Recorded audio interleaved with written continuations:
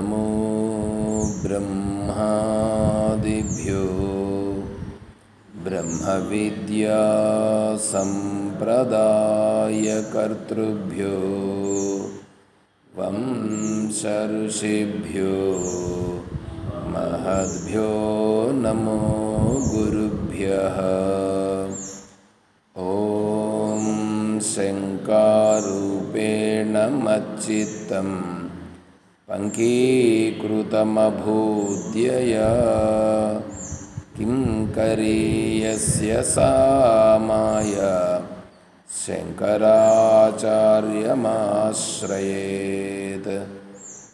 ఓం యుక్తాహార విహారాయ వివిక్తస్థలవాసినే మలయాళయతేంద్రాయ బ్రహ్మనిష్ఠాయ తే నమః. ఓం నారాయణం నమస్కృత్య నరం చైవ నరోత్తమం దేవీం సరస్వతీం వ్యాసం తతో జయముదీరయేత్. ఓం సహనా భవతు సహనౌ భునక్తు సహ వీర్యం కరవావహై తేజస్వినావధీతమస్తు మా విద్విషావహై. ఓం శాంతి శాంతి శాంతి. హరి ఓం తత్సత్. శ్రీ పరిపూర్ణ పరబ్రహ్మస్వరూపులకు ప్రియాత్మ బంధువులారా, ఓం. మనము ప్రశ్నోత్తరి విచారించుకుంటున్నాం. ప్రశ్నోత్తరిలో 2వ శ్లోకంలో ఉన్నాం.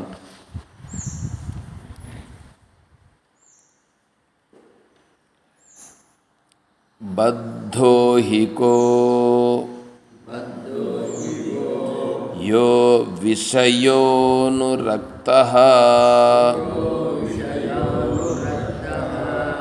కో వా విముక్తో విషయే విరక్తః కో వాస్తి ఘోరో నరకః స్వదేహః తృష్ణాక్షయః స్వర్గపదం కిమస్తి.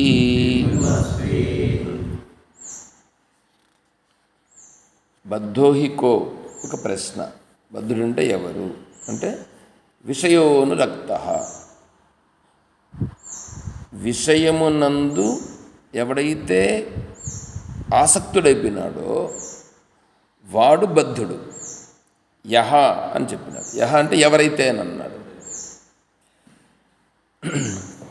దేవుని దగ్గర పూజ చేస్తున్నాడు కాబట్టి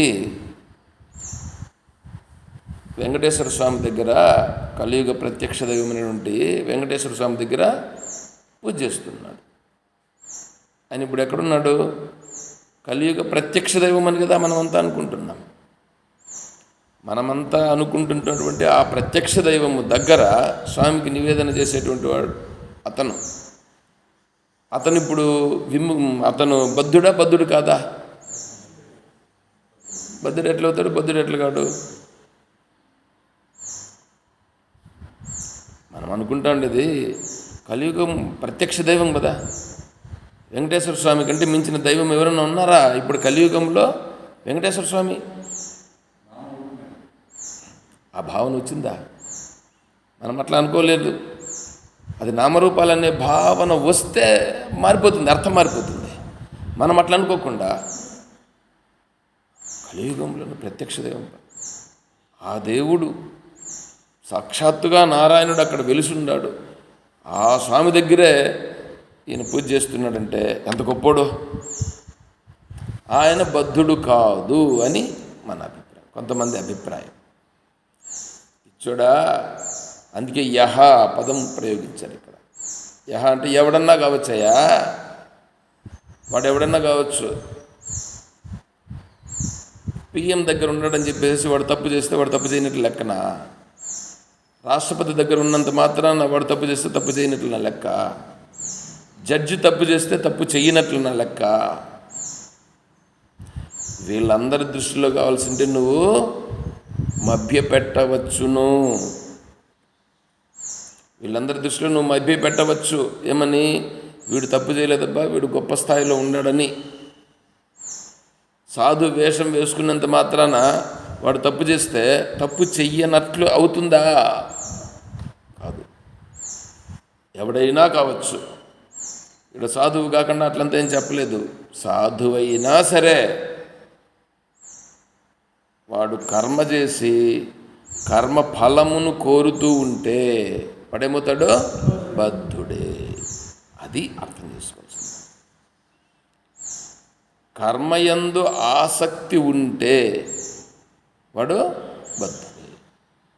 మరి విరక్తుడెవరు అంటే విముక్తుడెవడు? విముక్తుడంటే బయటపడినవాడు. దేని నుంచి? బంధము నుంచి బయటపడినవాడు ఎవడు? ఎందుకంటే మనం బంధం నుంచి ఎవడు బయటపడినాడో అతను తెలిస్తే అతన్ని మనం ఆశ్రయించవచ్చు. దీనికి సమాధానం చెప్పేశాడు. విషయే విరక్త, విషయముల నుండి విరక్తుడైనటువంటి వాడు విముక్తుడు. ఏమంటే విషయముల నుండి విరక్తుడైనటువంటి వాడు అనంటే, ఇప్పుడు మనకు దీన్ని సింపుల్గా అర్థం చెప్పుకునేస్తే అర్థమైపోతుందా? అర్థమైందంటే వెళ్ళిపోదాం, నెక్స్ట్ వెళ్ళిపోవచ్చు. విషయముల నుండి విరక్తుడు అంటే విషయములు ఉన్నాయి, విషయముల నుండి విరక్తుడైనవాడు అంటే దాని నుంచి విడువబడినవాడు. బాగానే ఉంది. ఇప్పుడు విషయముల నుండి విడువబడినవాడు అనంటే విషయాలను చూసి వీడు దూరంగా పరిగెత్తి తెలిపినాడు అనుకోండి, అప్పుడు వాడు విడువబడినవాడా?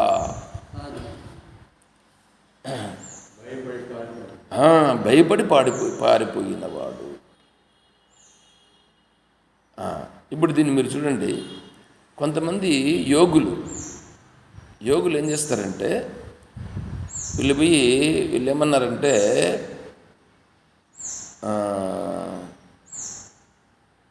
జిహ్వను లింగంను కంట్రోల్లో పెట్టుకోవాలి అని చెప్పి వాళ్ళు ధ్యానం చేసేదాన్ని కూర్చుంటారు. కూర్చొని ఏం చేస్తారంటే షణ్ముఖి ముద్ర అని ఒక ముద్రను పడతారు. ఆ తర్వాత షణ్ముఖి ముద్ర అన్నప్పుడు అన్ని రంధ్రాలను మూసేసి ఆ ముద్రలో కూర్చునేస్తారు. తర్వాత వీళ్ళు కూర్చునేటువంటిది ఏంటంటే ఈ మిడిమలు ఉంటాయి చూడండి. కూర్చునేటప్పుడు పద్మాసనం వేసుకొని కూర్చుంటారు కదా, 2 మిడిములు ఉన్నాయి కదా మనకి. ఆ 2 మిడిములు ఏం చేస్తారంటే ఒక్క మిడిమిని తీసుకొచ్చేమో గుదరంధ్రమును మూసిపెడతారు, ఇంకొక మిడిమిని తీసుకొచ్చేమో మూత్రరంధ్రాన్ని మూసిపెట్టి ఈ పైన ఉండే రంధ్రములన్నింటినీ మూసిపెట్టి ఇక్కడ ఉండే చేతులతో మూసిపెట్టి వాళ్ళు అలా ధ్యానం చేసుకుంటారు.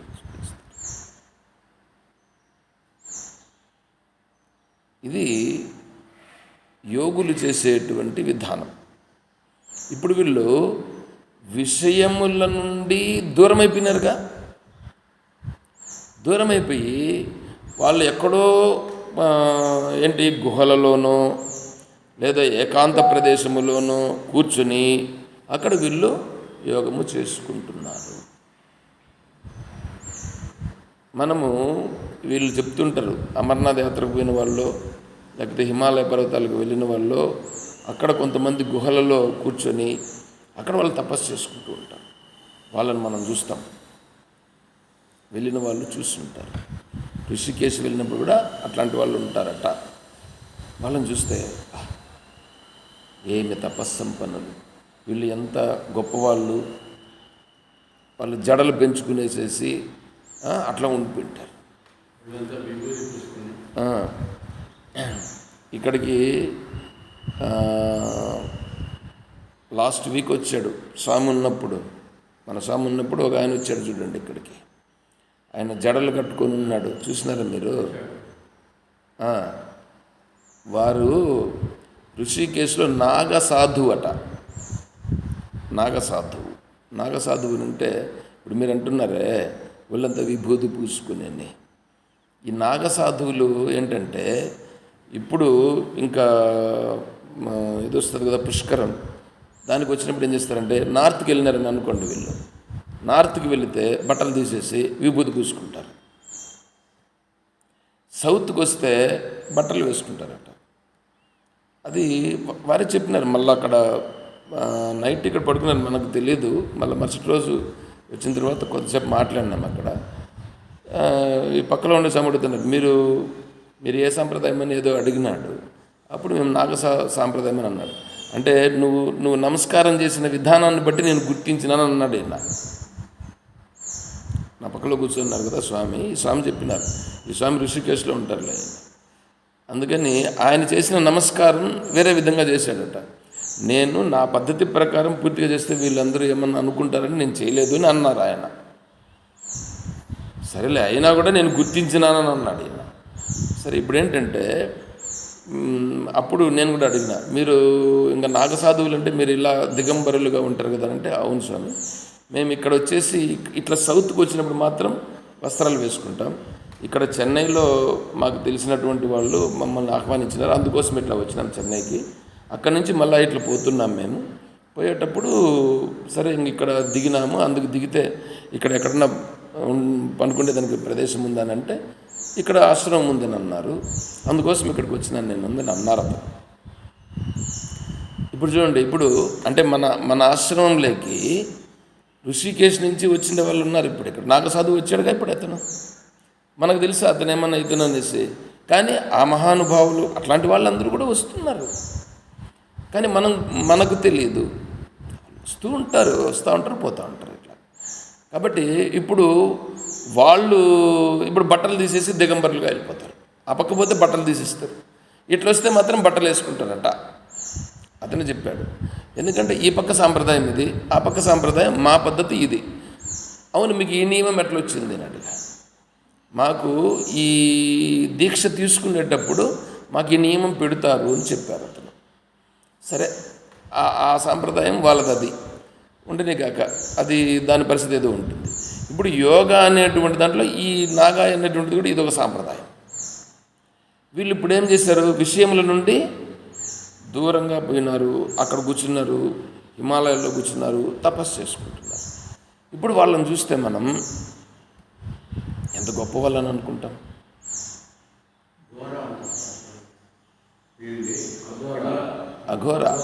అఘోర సాంప్రదాయం.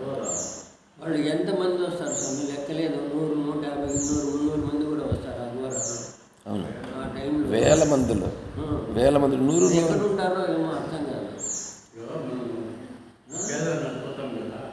కేదార్నాథ్ గురువులో పోతాం కదా, అప్పుడు ఆ పక్క ఈ పక్క అక్కడక్కడ ఉంటాం. ఒక్కొక్కరే వాళ్ళు తపస్సు చేసుకుంటాం, మన పరిశీలన చూస్తూ ఉంటారు. ఇప్పుడు ఇట్లాంటి వాళ్ళందరూ మన తత్వవిధానంద స్వాముల వారు ఋషికేశ్కు వచ్చి అప్పుడు వాళ్ళది క్లాస్ ఉంటుంది. ఋషికేశ్లో స్వామీజీ క్లాసెస్ ఉంటాయి. క్లాసెస్ ఉన్నప్పుడు వీళ్ళు వస్తారట. అంటే ఇట్లాంటి వాళ్ళు ఈడ ఋషికేశ్లో ఉపదేశం తీసుకొని ఉండి కూడా వాళ్ళు పోయి గుహల్లో కూర్చొని తపస్సు చేసుకుంటూ ఉన్నటువంటి వాళ్ళు కూడా వచ్చి స్వామీజీని అడుగుతారంట, స్వామి ఈ విధంగా మేమైతే తపస్సు చేసుకుంటున్నాం స్వామి, కానీ మాకేం శాంతి కలగట్లేదు స్వామి అని చెప్పి అడిగితే, మీరు యోగ మార్గం కదప్ప చేసుకోపోండి అని అంటారట. స్వామి లేదు స్వామి, మీరే చెప్పండి ఎట్లా అని స్వామీజీని అడుగుతారట. అడిగితే అప్పుడు స్వామీజీ, సరే నువ్వు క్లాస్కి రా, సరే నువ్వు క్లాస్కి రానంటారంట, కానీ అక్కడ చెప్పరట. ఎందుకు? వాళ్ళకు ఒక మాట చెప్తే ఒక మాటతో తీర్పియదు కాదు అది.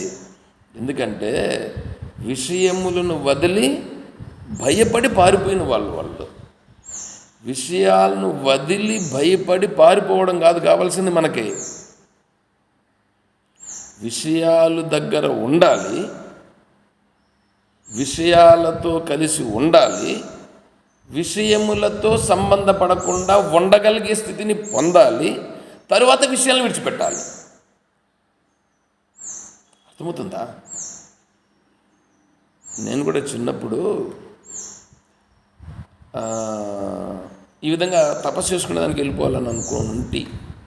అదే అమీర్ స్వామీజీతో అన్నా నేను, స్వామి ఎక్కడన్నా తపస్సు చేసుకోవాలని అనిపిస్తాను స్వామి, వెళ్ళిపోదామని అనిపిస్తాను అంటే స్వామీజీతో 2-3 సార్లు అన్నాను.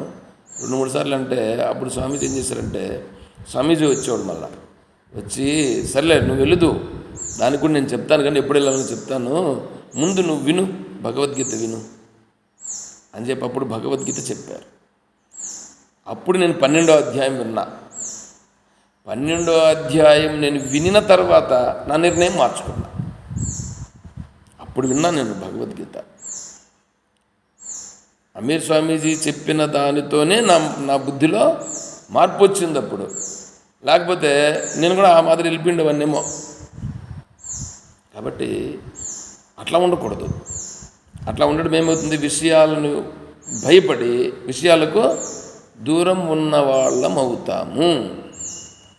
ఇప్పుడు యోగ మార్గం, ఇప్పుడు చూడండి, యోగులు చెప్పినారే యోగ మార్గం అనేది ఉందే, ఆ యోగ మార్గం అనేది ఇప్పుడు ఏమైపోయింది, మనం ఈ మాట తీసుకున్నప్పుడు వాళ్ళు చేసే మార్గం, యోగ మార్గం అంతా ఏమైపోయింది, ఇప్పుడు కరెక్ట్ విధానం కాదు అనిపించేసిందిగా. అదే శంకరులు వారు చెప్తారు. శంకరులు వారు చెప్పేది ఇది చెప్తారు. ఎందుకంటే నీ మనస్సులో విషయాభిలాష లేకుండా ఉండాలి, కానీ విషయాలను విడిచిపెట్టి దూరంగా వెళ్ళుట అనేది కాదు. అర్థమవుతుందా? అంటే ఇప్పుడు ఏం చేయాలా, ముందు విషయాలతో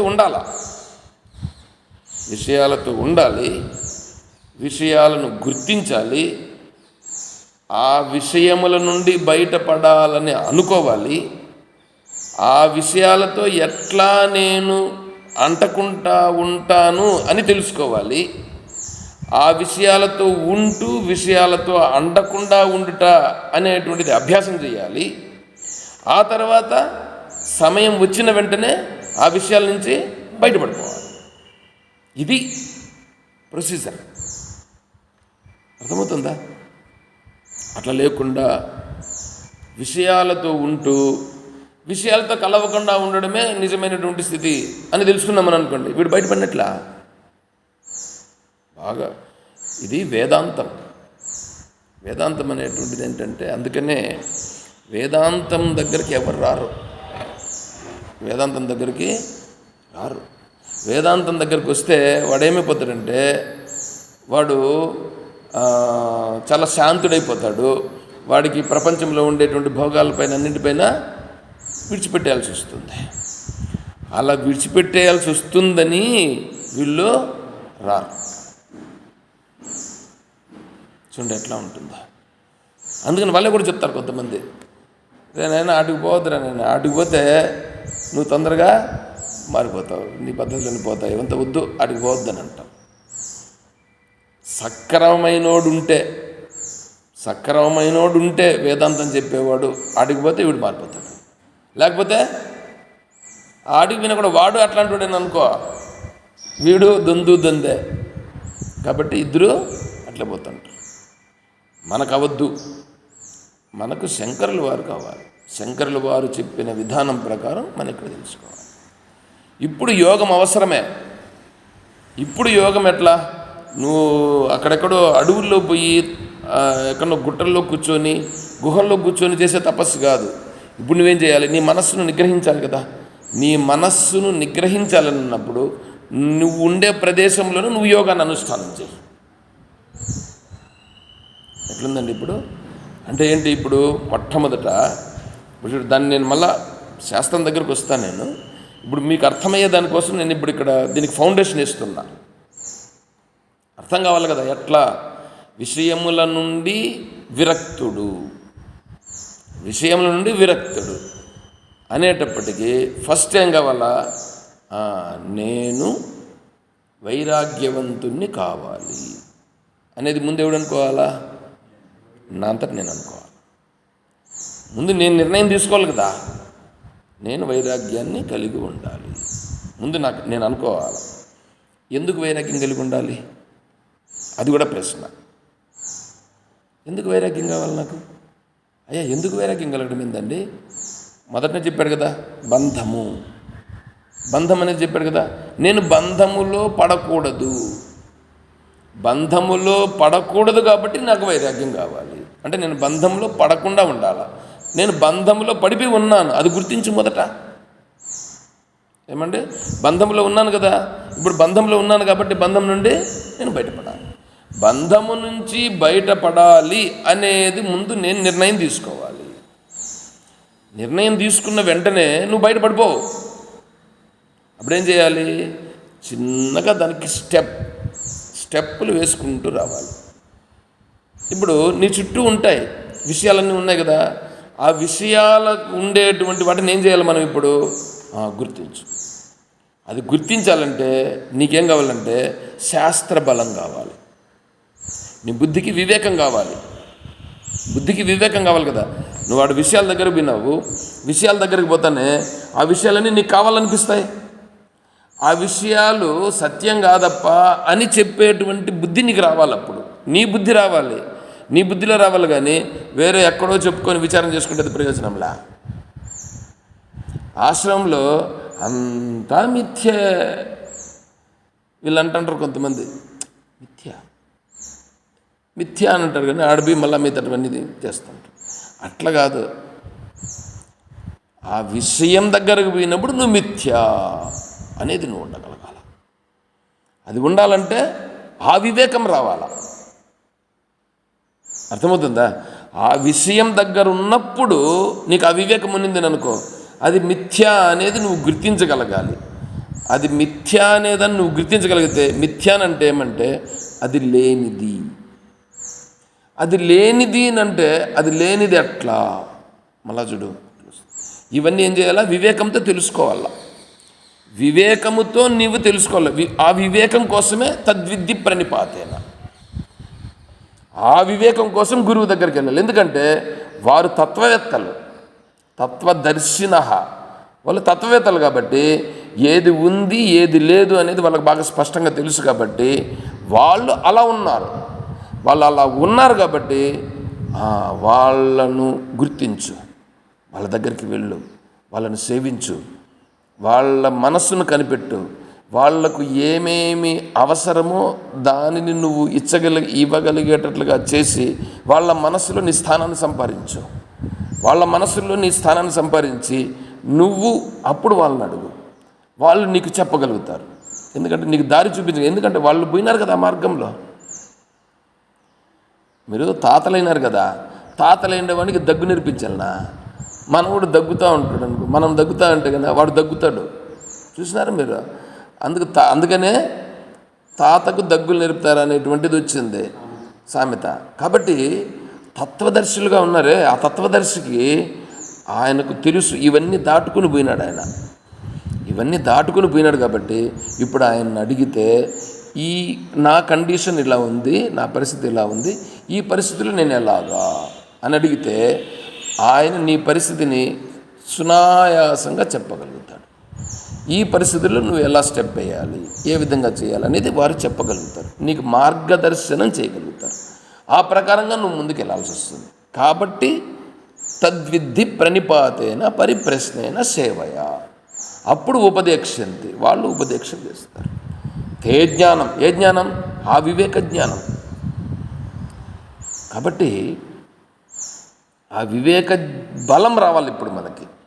ఆత్మజ్ఞానం అనేది, ఆత్మజ్ఞానం కలిగితే మోక్షం పొందిపోవు. ఆత్మజ్ఞానము నీకు కలిగి దానిని ఇక్కడ ఆచరణలో పెట్టాలి.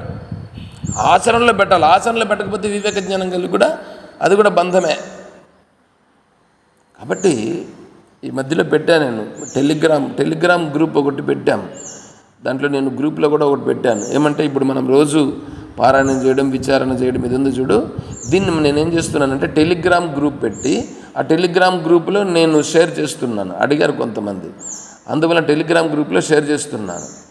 దాంట్లో స్వామీజీ వారి తండ్రి యొక్క సంస్మరణ సభలో 17 నిమిషాల సమయంతో ఒక క్రోడపత్రము అనేటువంటి దాన్ని వారు సమర్పించినారు. క్రోడపత్రం అని అంటే వారు చెప్పారు, అక్కడ జరిగినటువంటి సభలో తత్వవిధానంద స్వామి వారు వేదాంతమునంతటినీ కలిపి దాన్ని వారి యొక్క అనుభవాన్ని చెప్పారు. అది ఒక 18 నిమిషాలు, అంటే 15 నిమిషాల ఒక 50 సెకండ్లు ఏమో చెప్పారు. అంటే దాదాపు 18 నిమిషాల దాకా చెప్పారు. దాన్ని షేర్ చేసి ఉన్నాను. దాన్ని వింటే మీకు అర్థమవుతుంది. ఆత్మజ్ఞానము కూడా నీకు బంధమే అవుతుంది. ఎంత స్థాయి చూడండి, ఆత్మజ్ఞానం కూడా బంధమే. ఆత్మజ్ఞానమే బంధం అంటే ఇంకెట్లా ఉంటుంది చెప్పండి? ఆ స్థాయి, ఎంత స్థాయి చెప్తున్నాడు అప్పుడు. అంటే నువ్వు అంటే ఆడ వచ్చినటువంటి మహానుభావులు ఎవరంటే, ఆడ జరిగినటువంటి దాంట్లో భారతదేశంలో వేదాంతంలో ఉద్దండులైనటువంటి పండితులు వచ్చారు అక్కడికి. ఎవరికి చెప్పిండేది స్వామి? వాళ్ళందరికీ చెప్పినారు కాబట్టి నేను దాన్ని చెప్తున్నా మీకు. ఉద్దండులైనటువంటి పండితులు వచ్చినప్పుడు వాళ్ళందరినీ ఉద్దేశించి చెప్పిన మాట అది. దాన్ని మీరు వింటే తెలుస్తుంది. కాబట్టి ఈ ఆత్మజ్ఞానము కూడా బంధమే. ఆత్మజ్ఞానము నువ్వు నీ స్వరూపంలో ఉండేదానికి ఉపయోగపడాలి కానీ ఆత్మజ్ఞానం చెప్పేదానికి కాదు ఉపయోగపడాల్సిందే. చెప్పేదానికి కాదు, అంటే ఆచరణలోకి రావాల. ఆచరణలోకి వస్తే అది నీకు, అప్పుడు నీకు అది సహకారం అవుతుంది. సరే, ఇప్పుడు ఇక్కడ మనం విషయముల యందు పోతున్నాం. విషయముల నుంచి మనం వెనక్కి రావాల్సింది. అంటే ఫస్ట్ మనం ఏం చేయాలి? ఫస్ట్ స్టెప్ ఏమి? నేను వైరాగ్యమును కలిగి ఉండాలి. నేను మోక్షమును పొందాలి. మోక్షమును పొందాలి అనేటువంటిది అందరికీ ఉంటుందే, అందరికీ ఉంటుంది కానీ అది నిజమైనటువంటి కోరిక కాదు.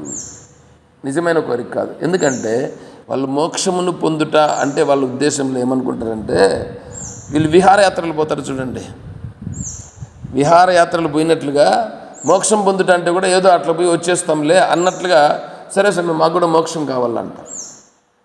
వాళ్ళు మాట్లాడుతుండే మాటలో అట్లంటున్నారే కానీ నిజంగా మోక్షం అంటే ఏమీ తెలిసి అనిన మాట కాదు. మోక్షం అంటే స్వరూపస్థితి. స్వరూపస్థితికి పోనీయకుండా నీకు అడ్డుపడుచున్నటువంటివి ఏవి ఉన్నవో అవి అన్నీ నీకు బంధములే. కాబట్టి ఇప్పుడు మోక్షం అంటే నా స్వరూపమును పొందుట అని తెలుసుకోవాలి. నా స్వరూపమును పొందుట అనేటప్పుడు నేనేం చెప్పినాను? ద్వైతము, విశిష్టాద్వైతము, అద్వైతము. అంటే జీవుడు అనేటువంటి వాడు అంటే భిన్న భిన్నములుగా లేడు, ఉన్నటువంటిది ఆత్మస్వరూపం ఒకటే అనేది కూడా తెలుసుకోవాలి. అదంతా వివేకంతో వచ్చేటువంటిది. అలా వచ్చిన తర్వాత అంతా ఆత్మస్వరూపమేప్ప, ఇక్కడ ఉండేటువంటిది అంతా కూడా నన్ను బంధిస్తూ ఉండేటువంటిది మనస్సే. కాబట్టి నేను మార్పు తెచ్చుకోవాల్సింది మనస్సులోనా ఇంకా ఆత్మలోనా? మనస్సులోనే నేను మార్పు తెచ్చుకోవాలి. సరే, ఇప్పుడు మనస్సులో మార్పు తెచ్చుకోవాలి. దానికి దేవుణ్ణి నేను ప్రార్థిస్తే దేవుడేమైనా నా నెత్తిని చెయ్యి పెట్టి నన్ను ఆశీర్వాదం చేసి మోక్షాన్ని ఇస్తాడా? చూడట్లా ఉంది. దీనికి కొంతమంది ఎట్లా ఉన్నారంటే హస్తమస్తక ప్రయోగం అని ఒకటి ఉన్నది. హస్తం అంటే చెయ్యి, మస్తకం అంటే తల. వీళ్ళు ఏం చేస్తారంటే చెయ్యి తీసుకొని వచ్చి తల మీద పెడతారట. వీళ్ళు గురువులు చెయ్యి తీసుకొని వచ్చి తల మీద పెట్టి నిన్ను నేను ఇప్పుడు మోక్షస్థితికి తీసుకుపోతున్నాను. ఇదొక పద్ధతి, సిద్ధాంతం ఉంది. ఈ ప్రకారంగా చెప్పి కావలసినంత డబ్బులందరినీ అంతా బాగా సేకరించి వీళ్ళు అనుభవిస్తూ ఉంటారు. అందుకే ఎదురుగా అందుకే వివేకం లేకపోతే ఇట్లాంటివన్నీ జరుగుతుంటాయి. అయితే బాబా దగ్గర ఉన్న గురువులు కూడా అదే చేసి వచ్చి తలపై చేయి పెట్టి చెప్పి నీకు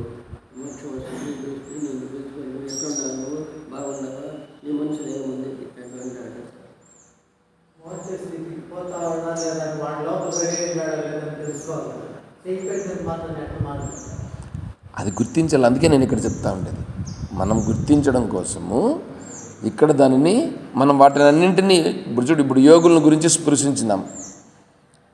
ఇప్పుడు ఈ హస్తమస్తకముల గురించి కూడా దీని గురించి అంటే ఇప్పుడు ఏమైంది, ఇది ఇట్లా చేసినంత మాత్రాన్ని ఏమన్నా పోతుందా? పోదు. నా అంతటా నేను మారాలి, కానీ వాడు మారిస్తే ఎట్లా మారుతాను? అదే మీరు కూడా అంటారు కదా, పండేసి పంగనామాలు పెడితే ఎంతసేపు ఉంటాయి? అదేముండదు. నిన్న శనివారాల పండగప్పుడు పెట్టుకుంటున్న నామాలు దయాడ ఒకరికి కూడా నామాలు లేవు. ఈరోజు కనీసం బొట్టు లేదు. బొట్టు ఉందా మీద? మీ ముఖాల్లో బొట్టు ఉందేమో చూడండి. 1 2 3 4 5 మందికి బొట్లే లేవు. ఏం మాట్లాడాలి నేను? కనీసం బొట్లు లేవు. హిందువులు ఎట్లా అవుతారు మీరు? నేను అడగచ్చని అడగకూడదా? కనీసం బొట్టు, అది బొట్టు పెట్టుకోవడం ఎవరు పెట్టుకుండేదే? హిందువు పెట్టుకుంటాడా, ముస్లిం పెట్టుకుంటాడా? బొట్టు పెట్టుకున్నాడంటే అర్థం ఏంటి? అరే వీడిని చూస్తేనే వీడు హిందువురా. హిందువులుగా ఉండేవాళ్ళు కూడా బొట్లు తీసేస్తున్నారు. అదేమో అది మీకు ఎక్స్పెక్టేషన్. కాబట్టి ఇక్కడ ఇప్పుడు మనం ముందు నా అంతటి నేను ఇది కావాలి. నెక్స్ట్ ఇప్పుడు దేవుడు కనిపించి దేవుడు నాకు మోక్షాన్ని ఇస్తాడు. ఇది కొంతమంది అభిప్రాయం. దేవుడు కనిపించి కళ్ళలో కనిపించినాడు, కళ్ళలో కనిపించి నాకు మోక్షాన్ని ఇచ్చినాడు. ఏమనుకోవద్దండి, తిరుప్పావ ఎక్కడి నుంచి వచ్చింది అనుకుంటున్నారు? కళలో వచ్చింది చెప్పిందే కదా. తిరుప్పావ గురించి తెలుసా తెలియదా మీకు? తెలిస్తే తిరుప్పావ ఎక్కడ చెప్పినారు? అమ్మగారికి కళలో కనిపించే కదా శ్రీకృష్ణ పరమాత్మ కళలో కనిపించాడు. కళలో కనిపించి ఆ కళలో కనిపించినటువంటి శ్రీకృష్ణ పరమాత్మతో అమ్మవారు వెళ్ళి ఇవన్నీ చేశారు. అవే పాసురాల రూపంగా వచ్చింది మళ్ళీ. అంటే ఇప్పుడు కళలో కనిపించి దేవుడు నాకు మోక్షం ఇస్తాడు. కళ్ళలో నాకు కూడా కళ్ళలో కనిపిస్తాడు. నాకు కూడా కళ్ళలో కనిపిస్తే మోక్షం వచ్చేసినట్లేనా? అరే నాకు మార్పు వచ్చిందా? అది కదా కావాలా. కాబట్టి అది కూడా మరగబెట్టేయాలి. అంటే చూడు, ఇప్పుడు విషయముల నుండి బయటపడాలనంటే ఏంటేంటి ఉన్నాయి భావాలు. తర్వాత ఈ త్రిశంకు స్వర్గం ఎట్లొచ్చింది? ఈయన యజ్ఞం చేశాడు. ఇక్కడ యజ్ఞం చేసి యజ్ఞంతో పైకి పంపించాడు. పోయాడా లేదా? త్రిశంకు యజ్ఞం చేస్తే ఆ యజ్ఞ బలముతో ఈయన స్వర్గానికి పోయాడు. బొందితో పంపించాడు కదా విశ్వామిత్ర మహర్షి. పోవచ్చు. ఇప్పుడు మనం విమానంలో పోతున్నామనంటే అడిగి పోతున్నామని అనుకుంటున్నారు. పైకి పోతున్నాం. పైకి ఎక్కడికి?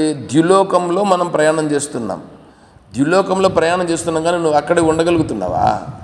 ఇంకా అక్కడ ఇప్పుడు హనుమంతుడు లంకా నగరానికి ఇక్కడి నుంచి లంఘించినాడు. అది ద్యులోక మార్గంలో ప్రయాణం చేస్తున్నారని వర్ణిస్తారు. అంటే ఆ శరీరంతో ద్యులోక మార్గంలో ప్రయాణం చేస్తున్నాడు. పోయేటప్పుడు అక్కడ దేవతలు ఒక సురసను పంపించారు కదా. దేవతలు అనేటువంటి వాళ్ళు అంతా ఉన్నారు. ఈయన పరీక్ష చేసేదానికి పంపించినారు. అంటే వాళ్ళ దేవతలందరూ అక్కడ ఉండేటువంటి ప్రదేశం అన్నమాట. కాబట్టి ఆ మార్గంలో పోతే నేను స్వర్గలోకాన్ని పొందవచ్చును. కాబట్టి ఇప్పుడు నేనేం చేయాలి? ఇప్పుడు యజ్ఞం చేస్తే ఆ యజ్ఞం ద్వారా నేను స్వర్గలోకమును పొందవచ్చు. అంటే స్వర్గలోకాలకు వెళ్ళి అక్కడ ఉండవచ్చును, లేకపోతే వైకుంఠాన్ని పొందవచ్చును. పొందాడా? త్రిశంకు పొందాడా? ఆయన ఏం చేశాడు? పైన ఉండేటువంటి దేవేంద్రుడు, నువ్వు బొందితో స్వర్గానికి రావడానికి వీలు కాదు. స్వర్గానికి రావడానికి బొందితో పనికిరాదు. సరే, సూక్ష్మదేహంతో పోవచ్చు కదా. సరే, సూక్ష్మదేహంతో మనం యజ్ఞం చేస్తే సూక్ష్మదేహంతో పోవచ్చు.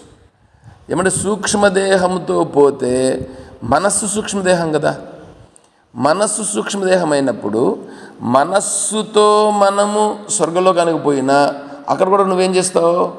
భోగాలను అనుభవించడమే. లేదు నువ్వు వేరే ఎక్కడ లోకానికన్నా పోండి, ఎక్కడ లోకానికి పోయినా నువ్వు మనస్సుతో భోగాలను అనుభవించడమే. ఆ భోగములను అనుభవించుట అనేటువంటిదే కదా ఇక్కడ విషయే అనేటువంటి విషయం వస్తుంది. విషయోను రక్త అంటే బంధ అని కదా వచ్చింది అక్కడ.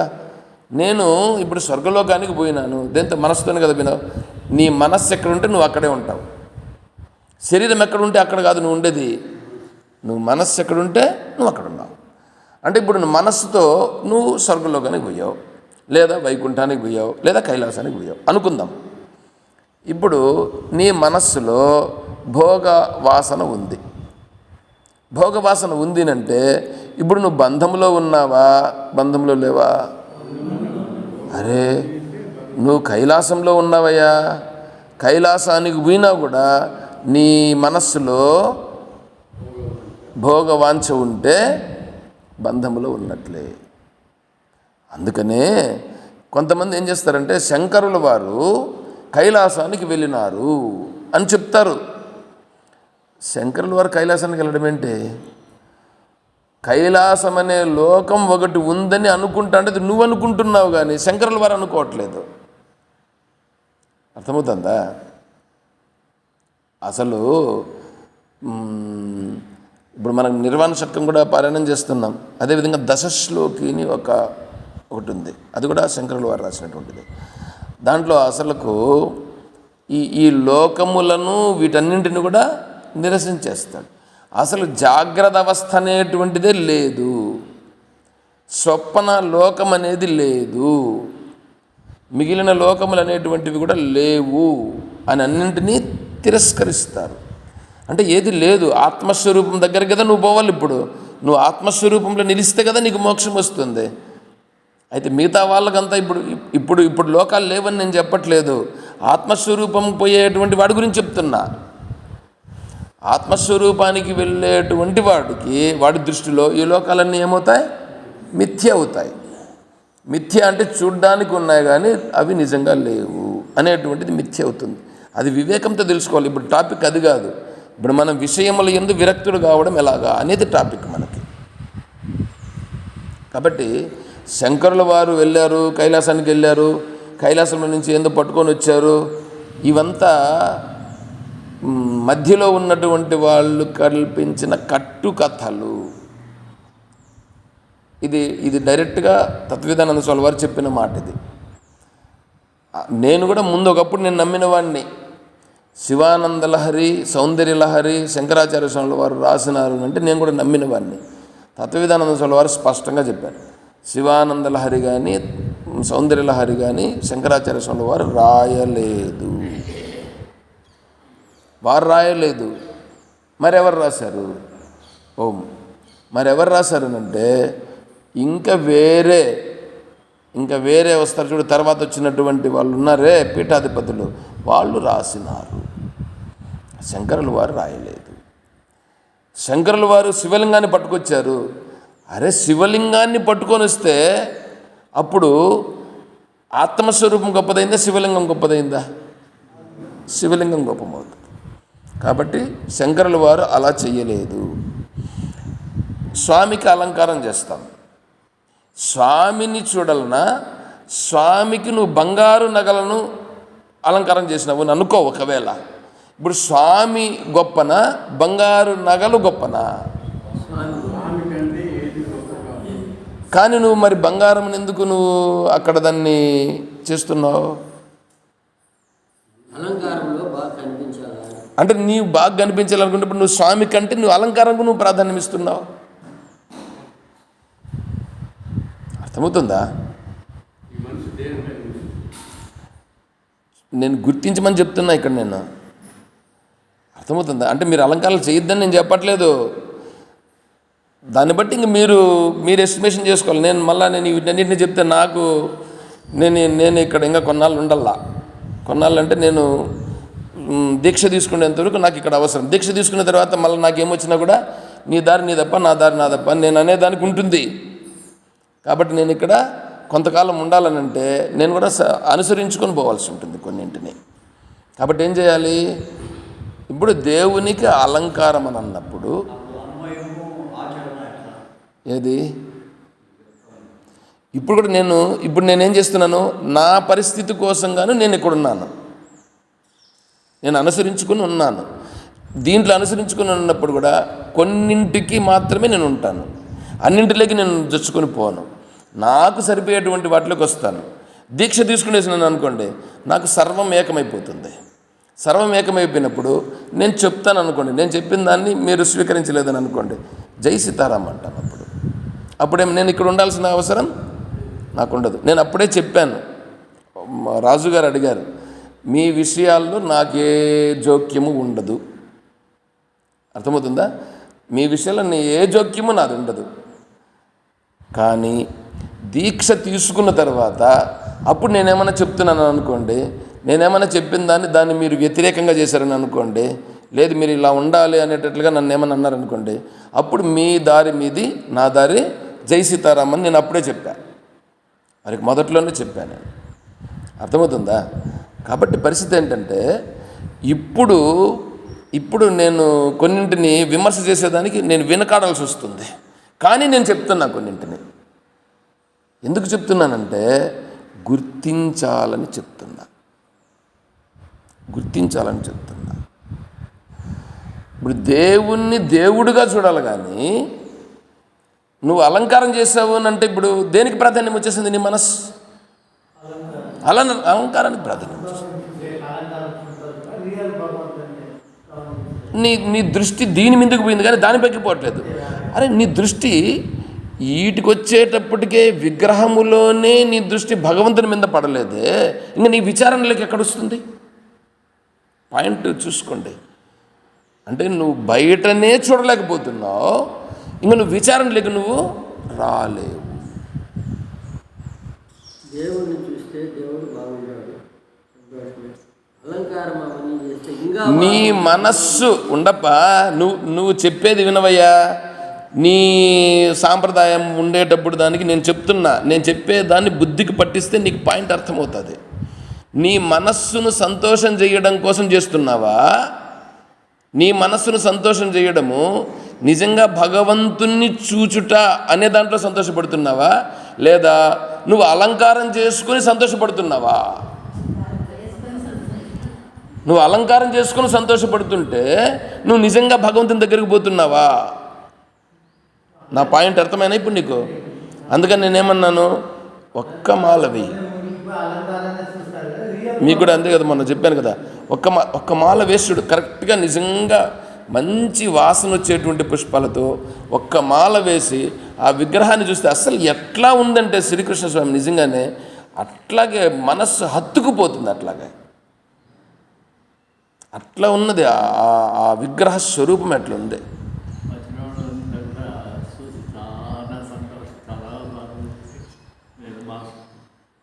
అది నా ప్రమేయం కూడా కాదు, అది నా ప్రమేయం అస్సలు కాదు. నాకు కనీసం అంటే నేను నందాస్వామి ఇద్దరు కనీసం ఒక 500 విగ్రహాలు చూసుంటాం. మేము 500 విగ్రహాలు చూసుంటాం. నందాగారిని అడగండి కావాలంటే. నాకు ఇంకొక విగ్రహం అయితే ఎంత నచ్చిందంటే, ఇంకొక విగ్రహము నేను మనసు తిప్పుకోలేకపోయినా నేను. కానీ అక్కడ ఏమైందంటే బొడ్డు దగ్గర ఒక చిన్న మచ్చ ఒకటి వచ్చింది. బొడ్డు దగ్గర మచ్చ ఉంది. ఆ విగ్రహం నిజంగానే నా మనస్సును చాలా ఆకర్షించేసింది. ఆ మచ్చగన లేకుండా ఉండింటే, మీరు వెళ్ళేటప్పుడు చెప్పినారు మచ్చలు ఉంటాయి కొన్ని, మీరు కొద్దిగా గమనించండి అని. ఆ మచ్చ మనకి ఇది చేస్తుంది. లేకుండా ఉంటే ఆ విగ్రహం నిజంగా ఎంత ఇదంటే అద్భుతం. నిజంగానే కృష్ణస్వామి అట్లాగే ఉన్నట్లుగా ఉంటుంది. ఆ విగ్రహం భలే ఉదుండింది. కానీ కుదరలేదు. అది అట్లాగే విగ్రహం మనకు చేసి ఇవ్వగలరా అని అంటే చేసిస్తామన్నారు వాళ్ళు, చేసిస్తామన్నారు. కానీ ఏమో వాడు ఎట్లా చేస్తాడో ఏమో, మనం డబ్బులు కట్టే చూస్తే మళ్ళీ అదొక విధి కదా అనేసి వద్దనుకున్నాం. మళ్ళీ తర్వాత సరే ఇంకా ఆ కథలకు వద్దు ఇప్పుడు ఇంకా మనం. కాబట్టి భగవంతుణ్ణి చూచి మన మనస్సు లయం కావాలి అక్కడ, అందుకోసం చూసుకోవాలి. కానీ అలంకారానికి ప్రాధాన్యం వద్దు. అయితే అలంకారం కూడా నువ్వు చేసుకుంటానంటే చేసుకో, కానీ ఎందుకంటే భగవంతునిలో నీ మనస్సు లయమైపోవాలి. అంతవరకు సింపుల్. అలంకారానికి సింపుల్గా ఉంటుంది, భావన ప్రధానం వచ్చేస్తుంది. ఎప్పుడైతే బయట నీకు ఆ స్థితి వచ్చిందో అప్పుడు నువ్వు విచారణలోకి వచ్చేస్తావు. అంటే భగవంతుడు అంటే ఎట్లా ఉండాలి అనేది విచారణలోకి అప్పుడు వస్తావు. అర్థమవుతుందా? అంటే నేనేం చేస్తున్నాను ఇప్పుడు, అక్కడి నుంచి ఒక్కో దాంట్లో నుంచి బయట తీసుకొస్తున్నా. విషయే విరక్త, విషయంలో నుంచి, బంధంలో నుంచి వీడు బయట రావాలి. ఇప్పుడు యజ్ఞంలో నుంచి, యజ్ఞం చెయ్యొద్దని చెప్పినామా? యజ్ఞం చెయ్యి, యజ్ఞం చేసి నా అంతఃకరణ శుద్ధి కోసం నేను చేస్తానని చెయ్యి. అర్థమైందా ఇప్పుడు నీకు పాయింట్? సరే అయింది. ఏం చెప్పు? అలంకారం ముఖ్యం కాదు, అలంకారానికి స్వామికి ఉండేసి స్వామిని చూసి స్వామిని తృప్తిపడైతే నీకు కావాల్సింది. స్వామిని తృప్తి పరచుటయా లేదా నువ్వు తృప్తి పడుటయ్యా? నువ్వు తృప్తి పడాలనంటే నీ మనస్సు దాంట్లో అలంకారంలో తృప్తి పడుట కాదు, మనస్సు అలంకారం చేసి తృప్తి పడుట కాదు, స్వామి భావనలోకి నువ్వు వెళ్ళి తృప్తి పడాలి. అంటే స్వామిని చూస్తూ నువ్వు నీ మనస్సు అక్కడ లయించిపోవాలి. దానికోసం చేయాలి కానీ అలంకారం పైన దృష్టి కాదు. అర్థమవుతుందా? అయితే అలంకారం చెయ్యొద్దని కాదు, అలంకారం ఎట్లుండాలంటే స్వామి పైన ఉండేటట్లుగా ఉండాలి. స్వామికి నేను బంగారు నగలు పెడతాను, అరే నువ్వు బంగారు నగలు పెడితే నువ్వు బంగారానికి ప్రాధాన్యం ఇచ్చినావా, స్వామికి ప్రాధాన్యం ఇచ్చినావా?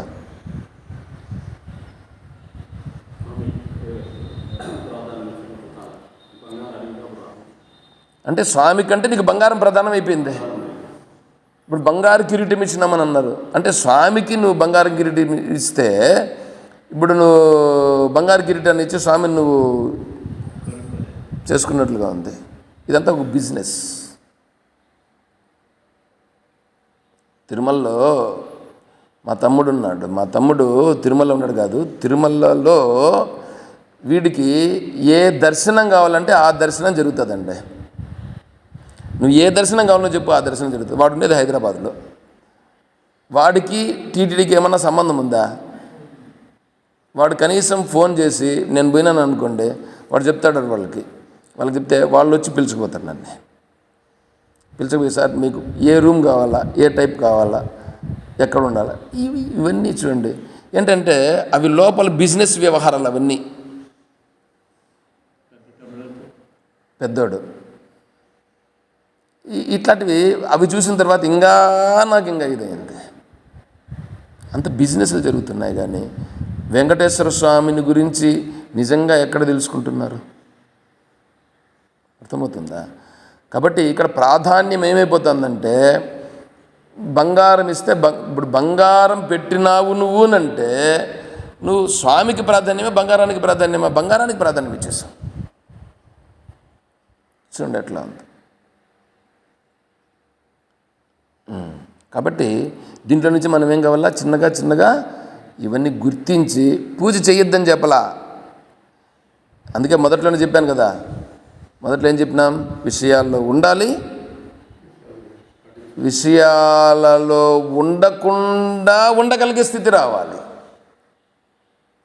అర్థమవుతుందా? విషయాల్లో ఉండాలి, విషయాలలో ఉండకుండా ఉండగలిగే స్థితి రావాలి. అది ఎట్లా అనే దానికోసం ఇప్పుడు మనం ప్రొసీజర్లో ఉన్నాం. అంటే ఇప్పుడు పూజ చెయ్యొద్దని కాదు, పూజ చెయ్యి. ఎందుకోసం చేస్తున్నావు? యజ్ఞం చెయ్యి. ఎందుకోసం చేస్తున్నావు? అంటే యజ్ఞంలో తగులుకోకూడదు, యజ్ఞం చెయ్యాలి. తర్వాత యోగం చెయ్యాలి, యోగంలో తగులుకోకూడదు. చూడు ఎట్లా ఉంది. విచారణ కూడా చెయ్యాలి. విచారణ దేనికి? ఆత్మజ్ఞానం కూడా చెప్పాం కదా, అది కూడా అడ్డంకియే. కాబట్టి ఇదంతా గుర్తుంచుకోవాలి. సమయం కూడా అయ్యింది. దీన్ని మళ్ళీ రేపు కంటిన్యూ చేద్దాం.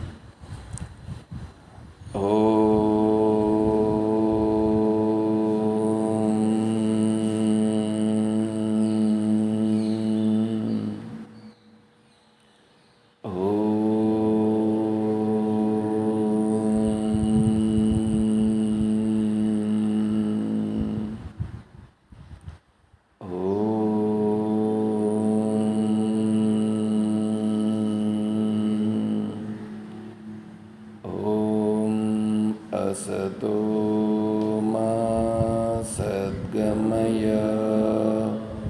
ॐ तमसो मा ज्योतिर्गमय, ॐ मृत्योर्मा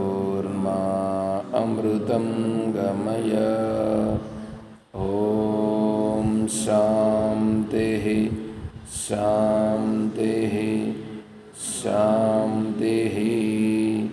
హరి ఓం తత్సత్. ఓం సర్వం శ్రీ సద్గురుచరణారవిందార్పణమస్తు. ఓం జై బోలో శ్రీకృష్ణ పరమాత్మకి జై బోలో గీతా మాతాకి జై బోలో భక్త మండలికి. హర నమః పార్వతీపతయే. జై సీతారాం. హరి ఓం.